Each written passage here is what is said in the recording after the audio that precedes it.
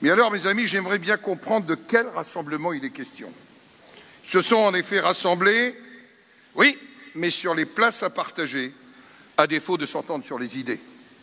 Cela a commencé dans votre région dès le début de la campagne avec le marchandage indécent pour les postes de vice-président entre socialistes et radicaux de gauche, suivi par la loi Alary, qui voulait inventer un poste de président délégué pour chaque ancienne région.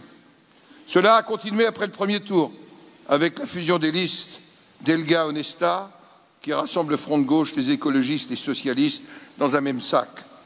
Cette fusion de listes a même pris l'apparence d'un mercato politique qui ignore les territoires.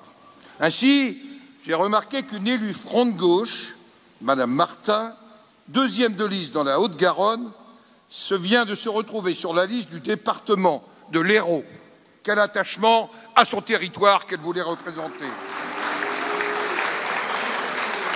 La seconde de liste au premier tour dans le Lot, Madame Lasfargue, se retrouve au second tour sur la liste de la Haute-Garonne. Je ne suis pas certain de vous demander de l'adopter en Haute-Garonne ce soir. Je pourrais continuer par quelques exemples. Comment ose-t-il qualifier cette alliance de circonstances, de rassemblement? C'est en fait un agrégat. Et comment ose-t-il se présenter ainsi devant les électeurs? Il suffit simplement d'écouter les chefs de ses nouveaux amis. Jean-Luc Mélenchon, qui dit de François Hollande, et c'était il y a peu, le chef de l'État est un personnage dérisoire et il mène une présidence désastreuse. Fin de citation.